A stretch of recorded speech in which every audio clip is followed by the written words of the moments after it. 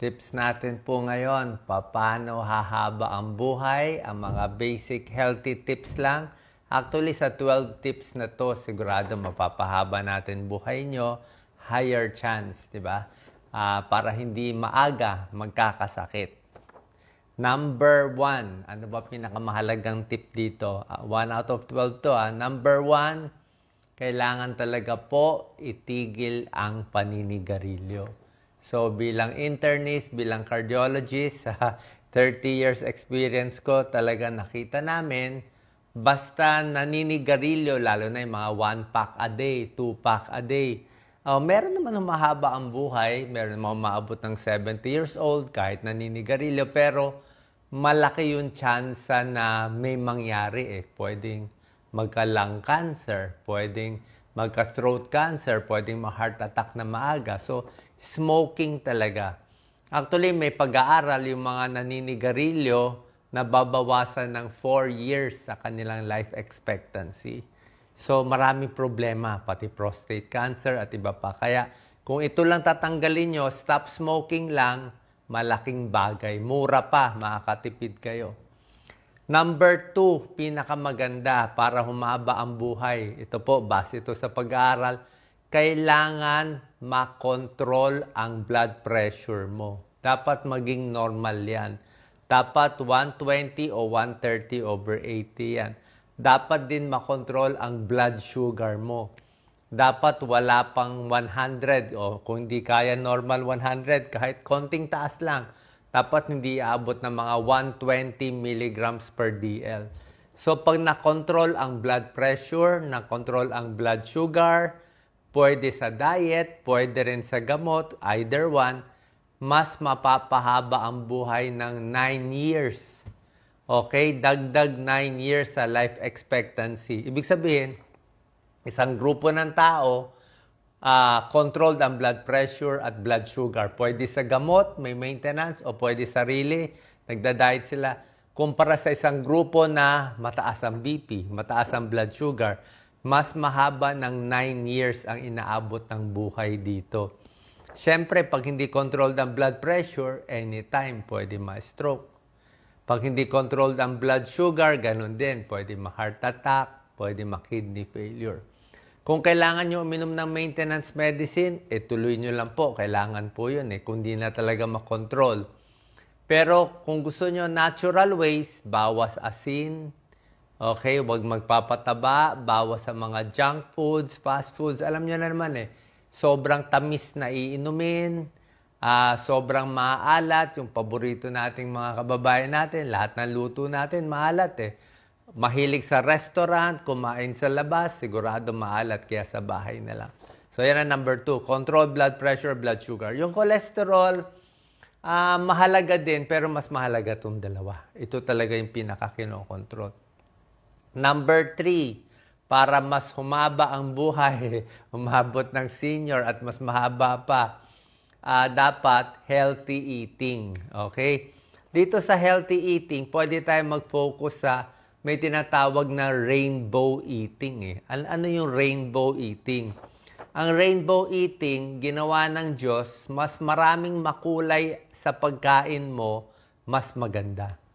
Ganyang ginawa ng Diyos yung rainbow? Red. Yung mga red na pagkain. Red, orange, yellow. Roy G. Biv, di ba? Red, orange, yellow. Blue, indigo, violet. Red. Ano yung mga red? Kamatis. Red. Apple, red. Yan. Very healthy yan. Orange colored. Ano ba? Mga orange. Citrus fruits. Di ba? Vitamin C. Orange color. Ano pa? Carrots. Di ba? Sobra healthy carrots. Anti-cancer. Kalabasa. O, di ba? Kamote, medyo orange na rin, di ba? Yellow, ano ba yellow? Mga healthy na yellow foods. Mga patatas, yellow, pero hindi. Corn, pwede rin pa konti-konti. Basta mas makulay, mas maganda. Green, syempre, green leafy vegetables. Mas green, malunggay, very green. Yan, di ba? Kangkong, very green. Spinach, very green yan. Yan, mga magaganda, mga talbos. Diba? Blue, ano yung mga blue? Talong. Talong is blue color, diba? Okra, green din. Ampalaya, green. Favorite ko. So, mas makulay, mas maganda yan. Okay? Lalo na yung kamatis. Very healthy yan. So, mga healthy eating, sa prutas, sa akin, mga ilang prutas lang kainin mo, okay ka na eh. Mansanas, saging, tsaka mga citrus, mga dalandan, kalamansi, pwede na yan, pongkam. Basta meron kang dalandan, orange, vitamin C, tapos may saging ka, may mansanas ka, medyo solve ka na dito. Medyo okay na yan, plus 3 years na yan. So, healthy eating, importante, number 3. Bago tayo pumunta sa number 4, meron pala isang tip na maganda. Kung ang magulang mo pala ay magulang o lolo-lola ay lampas 80 years old. Okay? Lalo na kung lampas 90 sila. So, kung meron kayong lolo-lola na lampas 80, lampas 90, magandang panalo yun sa'yo. Madadagdagan din ang buhay mo. Kasi nga, nasa dugo eh. Nasa genes eh. Di ba? Hindi ka ba nagtataka? Bakit may mga pamilya ang aga-aga, 50 years old, nagkaka-cancer? O ba't may ibang pamilya at 80 years old, nagkaka-liver cancer? So, nasa lahi. Ba't yung magulang, ang taas ng cholesterol, yung bata, meron din. Ibig sabihin, namamana mo eh. Kasama yon genetic eh. So anyway, counted din yan sa haba ng buhay. Number 4 tip out of 12, siyempre, simple lang to ha. Mga mura at simple, uminom ng maraming tubig. Diba, yan ang turo ko sa inyo. At least 8 baso hanggang 10 basong pwedeng tubig or fluids. Kung ayaw nyo ng puro tubig, pwede konting tsaa. O konting kape kung gusto nyo konti. Pero mas maganda tubig para hindi nakakataba. Okay? Para saan ang tubig? Ang dami. Para hindi magka-kidney stones, hindi magka-kidney failure, hindi magka-dialysis. 'Di ba? Para gumanda yung sa bituka. 'Di ba? Maraming tubig, pwede rin sa balat 'yan, pwede rin sa puso, lahat 'yan maganda. Number 5, ito ang bago natin ngayon. Number 5, pampahaba ng buhay. Kailangan maayos ang mental health natin ngayon. Ito yung bago sa makabagong panahon. Kasi pag hindi maayos ang mental health, hindi makahandle ng stress, nakita nyo, kahit sa social media lang, ang daming napuputol ang buhay dahil dito. Okay? Dahil sa social media, paano ba itong maayos itong mental health natin? Lagi tayong na-stress pag nagbabrowse tayo. Ito lang po. Number 5, handle stress is huwag ikumpara ang sarili sa iba. Don't compare yourself to others. Pwede mo silipin yung gawa ng iba. Pwede mo ma-appreciate. Ay, magaling siya. Marami siyang pera. Pero, oo nga, marami siyang pera. Pero pwede mo naman sabihin, hindi naman pera mahalaga sa lahat. Diba? Huwag mo ikumpara yung sarili mo sa pinapakita nila sa post nila. Kung may nakita kang kaibigan mo o classmate mo, maganda pamilya ko no, mayaman ko no, nasa abroad ko no, ang daming gamit. Yun yung pinapakita niya na panlabas niya eh. Diba? Iba naman yung panlabas niya eh. Diba? Hindi natin alam kung ano panloob niya. Malay mo, nag-chicks yung asawa. Diba? Hindi mo alam yung panloob eh. Diba? Huwag mo ikumpara yung panloob mo na malungkot ka doon sa panlabas nila. Hayaan mo, kung sabihin mo, gano'ng kaganda. Siyempre, show yun eh. Diba? Yung iba, hindi naman nag-show. So, huwag mo i-compare kasi nga, may stress ka lang. Okay? Pwede mo lang tingnan sarili mo. Ito lang, happy na ako dito. Kung mayaman yung ibang tao, swerte yung ibang tao, okay yun. Kung yung anak niya, first honor lagi, magaling, okay yun. Masunurin, okay yun, di ba? Hayaan na natin sila. Kasi pag kinompare mo sarili mo, dyan papasok ang nervyos, lungkot. Kung merong mga Facebook page o mga account na pag nakita mo, naiinis ka, di wag mo muna puntahan. Okay? Kasi mental health ngayon, delikado. Oras na masira mental health mo, tuloy-tuloy na yan. Abuse, stress, magkakasakit, umikli ang buhay. Yan ang kalaban natin ngayon. Pero mo, may mga tao super healthy, ha? O, super healthy, pero pag nasira mental health, bagsak agad, eh. Diba? Kasi utak, napakahalaga. Kaya dapat steady lang, stable lang.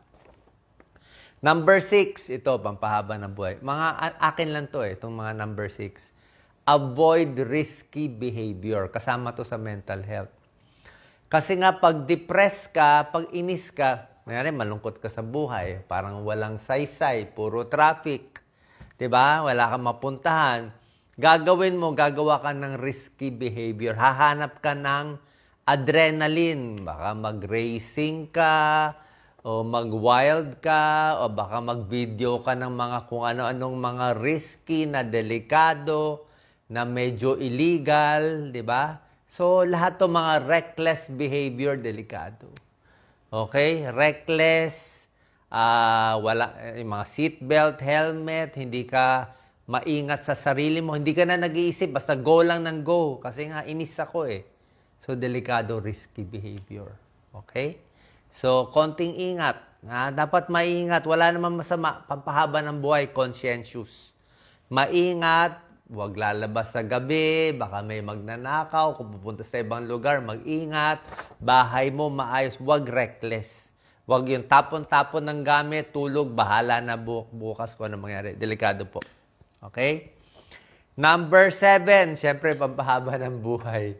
Dapat may konting lakad-lakad everyday, regular exercise. Okay? Hindi ko naman sinasabi na mag-gym kayo araw-araw. Mahal mag-gym Sa akin, kahit simpleng lakad lang Pero yung style ko kasi, hindi ko inahabol yung 10,000 steps Kung may araw na 8,000, 9,000 steps ako, hingal na ako. Pero pwede po sa senior. Sa senior, kahit 3,000 steps, pwede na 3,000 to 4,000 steps sa senior, pwede na. Tapos daanin mo ng konting weights, di ba? Kasi paalang gumagana Konti sa kamay, light weights, konting push-up, yung wall push-up lang, konting mga stretch, di ba? Konting crunch kung gusto mo. Yung mga light exercise, dapat konti-konti. Yan ang sikreto sa exercise Kung mag-exercise kayo, huwag yung pupunta sa gym biglaan. Hindi po maganda yon. Dapat gagawin nyo konti. Ngayon siguro 2 pounds lang. Sabi mo, nakakatawa ka naman, Doc, 2 pounds. Hayaan mo tumawa siya, 2 pounds. At least dinahandahan mo, 2 pounds, 3 pounds, 4 pounds. Kasi kung binigla mo yan, maraming mayabang, bigla daw, kaya ko, 10 pounds. O kita mo, pag na-frozen shoulder. Pag na-frozen shoulder ka, o na-tear mo yan, 3 buwan yan, di gagaling. Okay? 3 buwan yan, di gagaling. So, ano gagawin mo 3 buwan? Wala ka na magagawa. Mag-umpisa ka ng dahan-dahan. Tapos may rest day. Okay? So, ingat sa exercise. Biking is good, pero okay ba mag-bike sa labas? Baka matapilok tayo. Maganda ba daan natin? Baka may nakainom na katabi mong sasakyan, mabangga pa tayo. So, hanap ng safe place. Number 8, pampahaba ng buhay, huwag magpapataba. Healthy weight. Sabi nga nila the less you eat, the longer you will live. Mas konti ang kinakain. Yung mga taong humahaba ang buhay, halos lahat sila payat. Okay?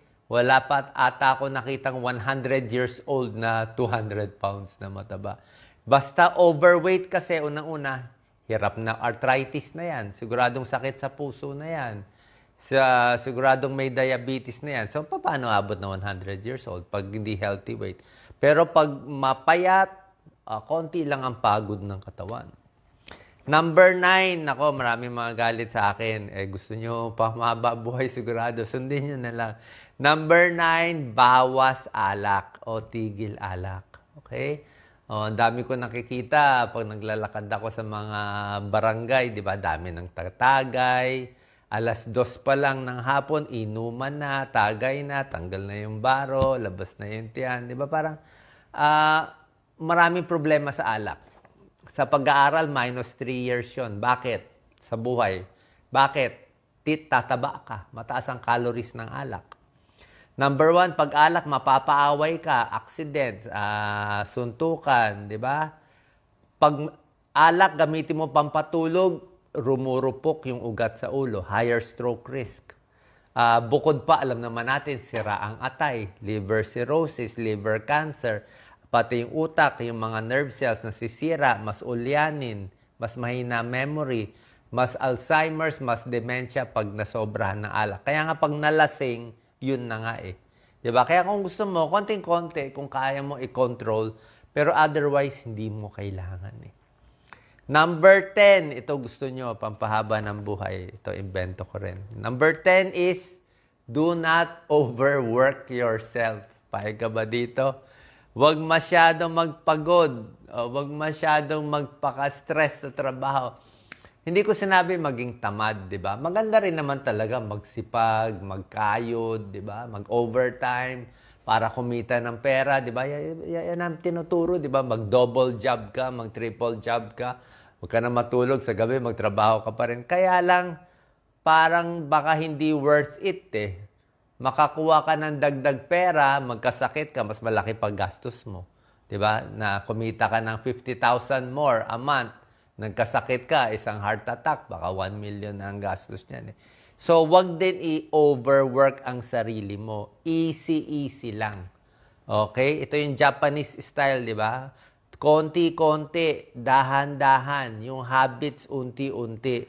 Kung yun lang ang kaya ng kita mo, kung kaya mo lang kumita ng let's say 16,000 a month, yun lang ang kaya, di tipid na lang. Diba? Tipid na lang. Kasi nga, kung pipilitin mo mag 30,000 a month, magkakasakit ka naman, di ka matutulog. Worth it ba yun? Diba? Kasi bukod sa overworking, kailangan mo may tulog. Hindi pwede ang katawan walang tulog, walang pahinga. Kasi nga, mental health yan eh. Okay? Pwede magsipag habang malakas, pero dapat may limit din. Number 11 out of 12, very important.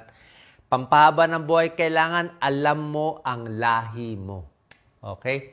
Lagi ko to tinuturo sa inyo. Shortcut to. Paano shortcut?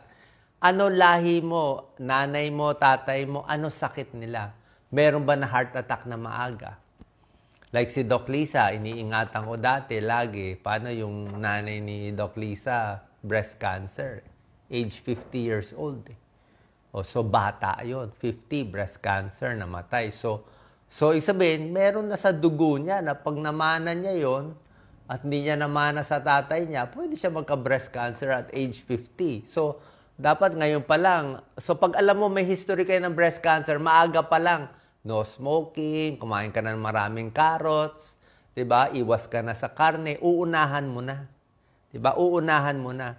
Kung may lahi kayo ng heart attack na maaga, uunahan mo na. Dapat mas maingat ka na, mas bata pa. So, cancer history. Sa amin, may lahi kami ng mga liver cancer eh. Sa mga ninuno ko, mga 3, 4 eh, puro liver cancer. Pero, liver cancer nila mga 80s o 90s na. 80 years old to 90. So mga ganon. So, mga 80s na. So, meron pa rin. Kaya iingatan. So, know your family history para makita mo ang future. Parang manghuhula tayo. Number 12, syempre, pampahaba ng buhay, kailangan may check-up, di ba? Okay, bukod sa basic check-up sa blood pressure, actually, yung heart rate din, very important, yung tibok eh. Ako nga, medyo bumibilis na nga yung tibok ng puso ko. Pag tumatanda, mas mabilis na ang tibok. Mas mahina na siya eh. So, dapat yung tibok tama-tama lang. 60 to 80 beats per minute. Baka mas matanda, mas hingal. So, regular check-up, pag lalaki, prostate. Di ba? Marami akong video sa prostate. Ingat tayo sa prostate cancer at hirap umihi.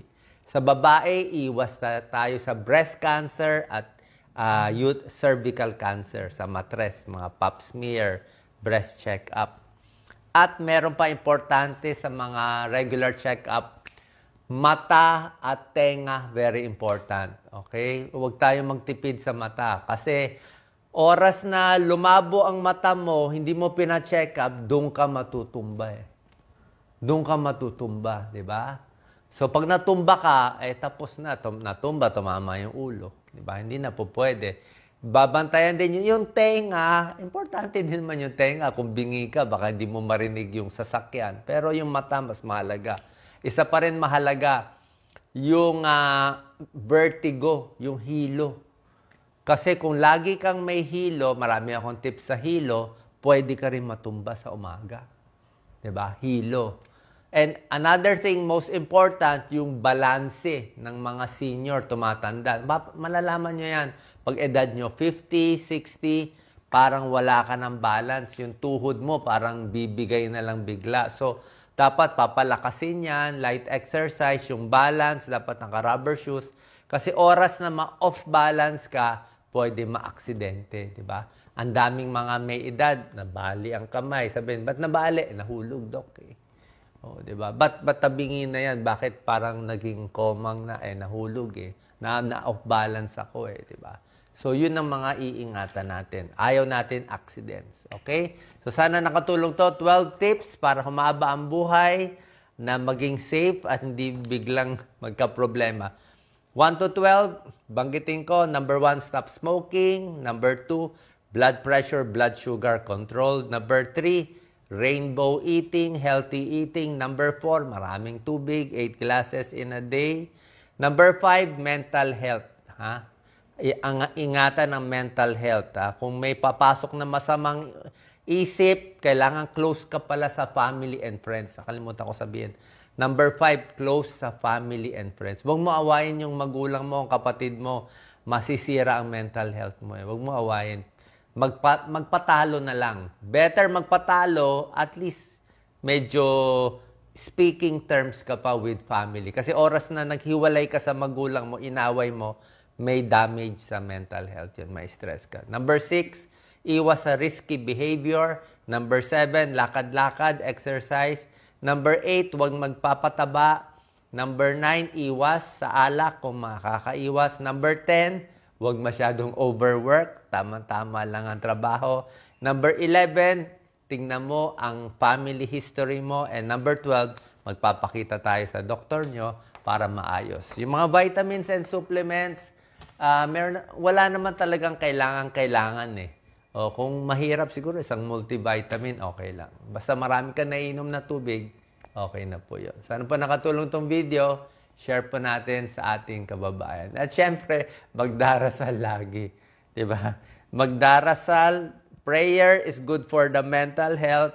At malay mo, may pampahaba din ng buhay. Sa tamang pagdarasal at malaman yung mission natin sa buhay. Kailangan din may goal eh. Kung may goal ka, mas mahaba din yung buhay. God bless po.